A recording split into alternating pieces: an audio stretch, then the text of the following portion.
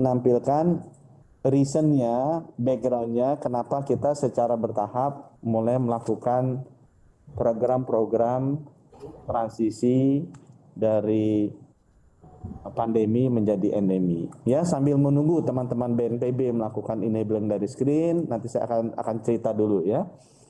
Yang pertama adalah bahwa kenaikan kasus COVID-19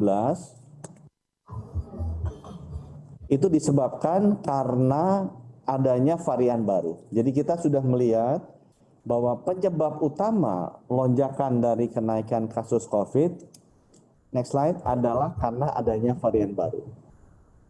Ini jauh lebih menentukan dibandingkan dengan adanya acara-acara besar seperti Lebaran dan Tahun Baru.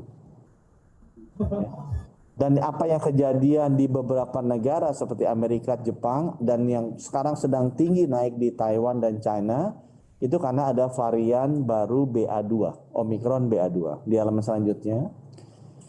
Nah, yang menarik bagi beberapa negara seperti India dan Indonesia, ternyata BA2 itu sudah dominan juga di Indonesia, di India. Tetapi berbeda dengan negara-negara lain seperti China dan Amerika, kita tidak mengamati adanya kenaikan kasus yang tinggi ya dengan adanya varian baru. Jadi relatif Indonesia dan India imunitas dari masyarakatnya terhadap varian baru sudah relatif cukup baik. Ya. Hal ini bisa kita konfirmasikan di halaman 5, kalau bisa kita bisa lihat sebelumnya halaman 6 ya, halaman 6, bahwa kita kan Desember melakukan sero survei untuk melihat kadar dari antibodi yang sudah ada di masyarakat, khususnya di Jawa Bali. Untuk masyarakat Jawa Bali sekitar 93% sudah memiliki antibodi. Antibodi ini bisa berasal dari vaksinasi yang diberikan oleh pemerintah atau juga bisa berasal dari infeksi yang diberikan oleh yang kuasa lah, karena kita terkenal. Nah, sebelum mudik Lebaran kita jalankan, kita melakukan sero survei berikutnya untuk melihat kondisinya seperti apa untuk grup orang yang sama.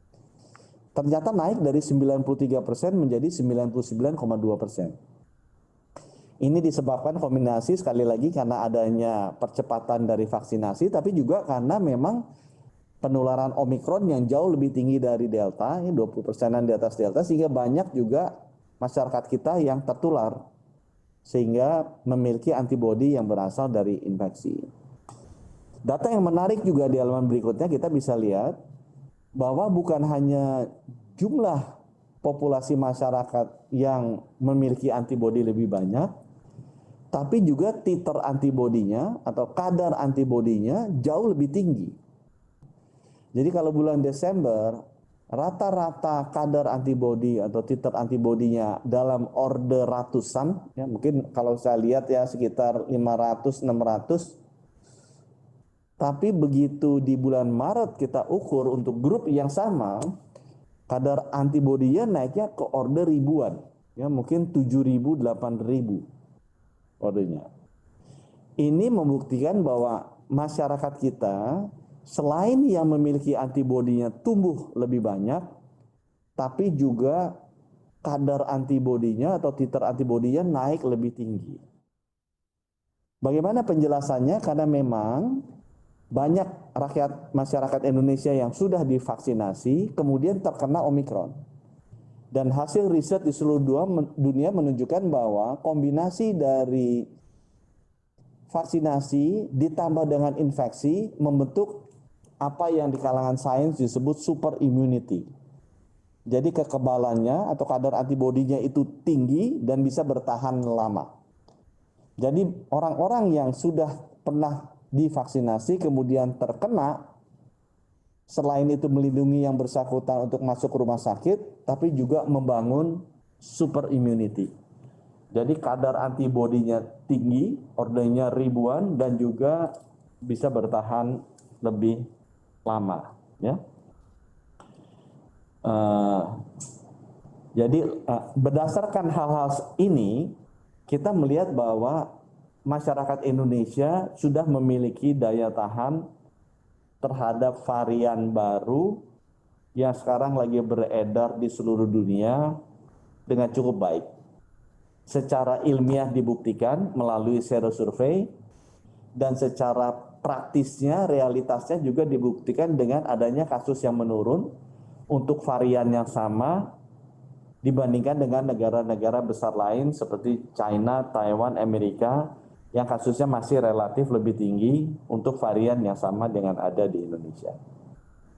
Nah, sehingga dengan demikian kita melihat bahwa secara bertahap kita bisa mulailah melakukan langkah-langkah transisi awal dari pandemi kepada menjadi endemi.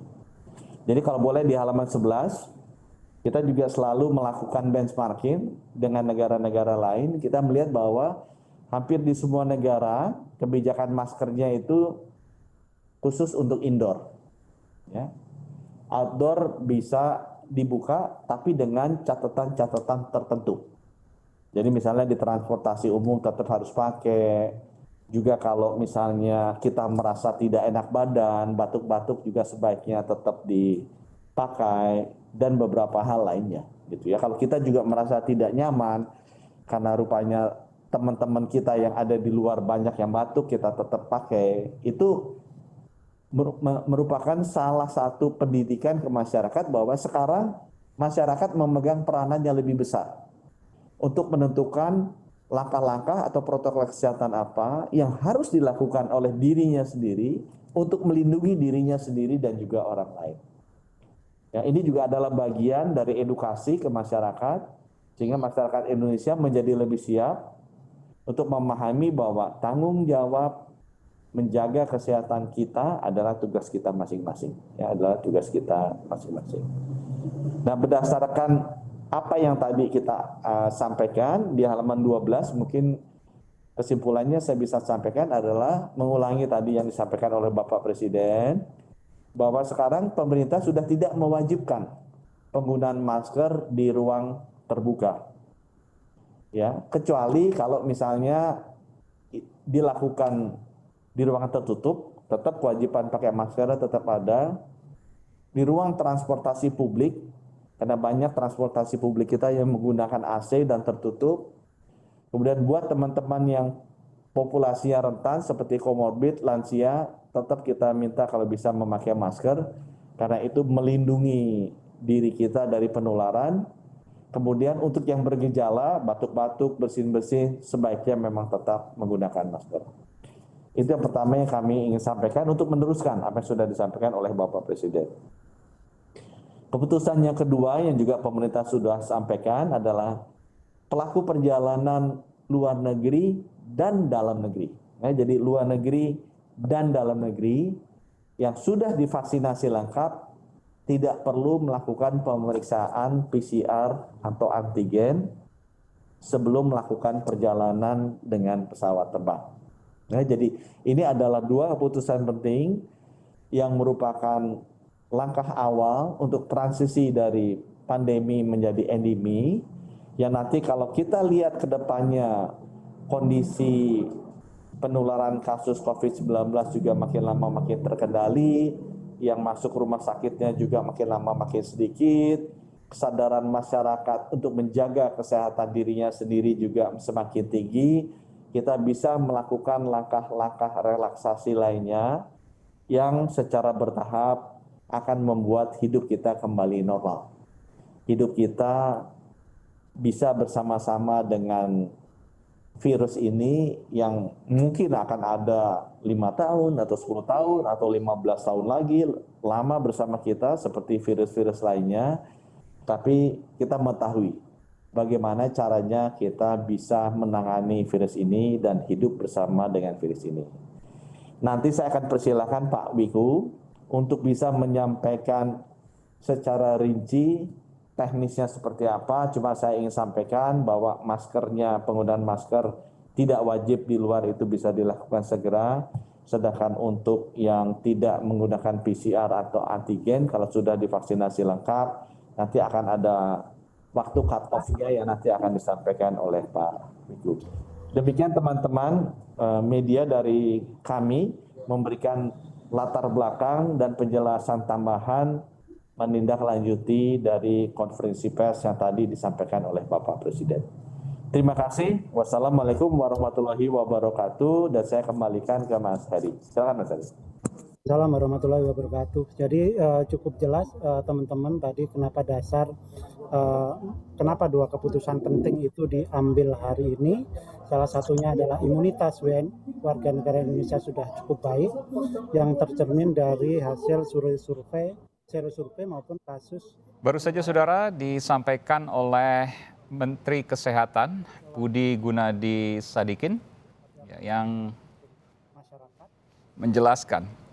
Ya, saudara, baru saja disampaikan oleh Menteri Kesehatan Budi Gunadi Sadikin yang menjelaskan terkait dengan pernyataan Presiden bahwa ada pelonggaran di beberapa titik, diantaranya adalah penggunaan masker di luar ruangan boleh dilepas ketika ada di luar ruangan dan tidak terlalu padat, lalu kemudian juga tidak perlu melakukan tes apakah itu antigen atau PCR bagi kedatangan ataupun keberangkatan dalam negeri dan juga luar negeri.